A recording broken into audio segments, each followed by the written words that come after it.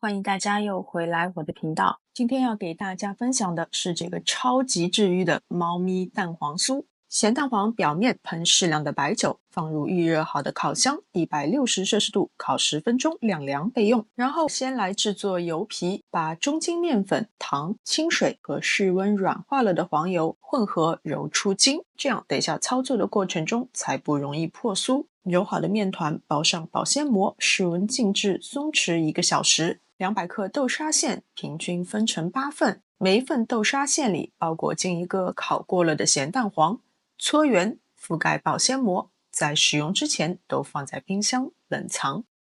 接着来制作油酥，把低筋面粉和室温软化了的黄油彻底混合均匀，平均分成8份，搓圆，覆盖保鲜膜，防止风干。松弛油皮就是为了让它像这样极具延展性。松弛好了的油皮分成8个17克的面团，并且搓圆。另外还会多出来一小块油皮，这是我特地预留出来做小猫耳朵的。这小块油皮也同样分成8等份，在使用之前也是要覆盖保鲜膜。取一份17克的油皮，略微压扁，包裹进一份油酥，收口捏紧，用擀面杖擀成牛舌状，从上至下的卷起，排放在盘中，覆盖保鲜膜，静置松弛15分钟。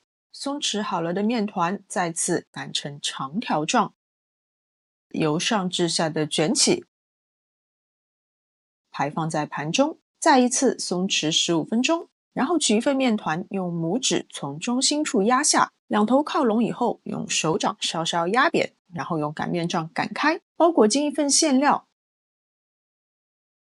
收口捏紧，整成圆形，收口向下摆放。取一份小份的油皮，一分为2，分别用手捏成三角形，底部沾少许的水，把它粘在蛋黄酥相应的位置上，小猫咪的耳朵就做好了。看，瞬间就有那感觉了，对不对？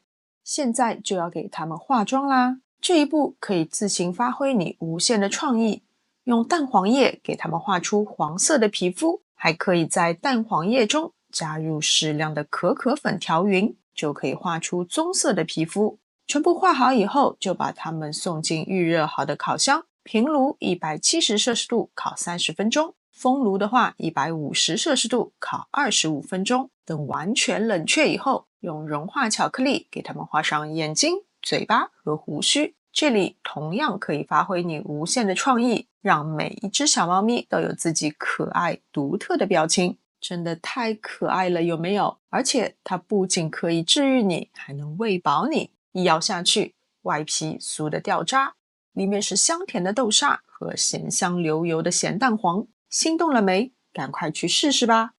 好了，今天的视频就到这边，非常感谢大家的观看，我们下次再见。